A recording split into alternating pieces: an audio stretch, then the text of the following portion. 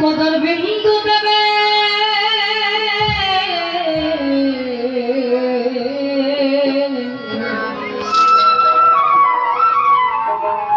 এই সাধুর বাজার কি আনন্দ, যেমন আনন্দে ভাসছে আমার পাপীর সাধুর বাজার কি আনন্দময়,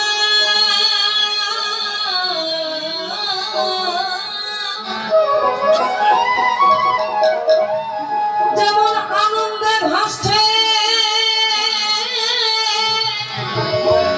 আমার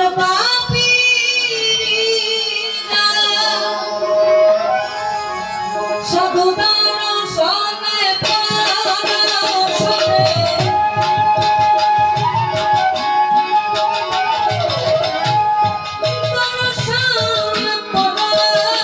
সনে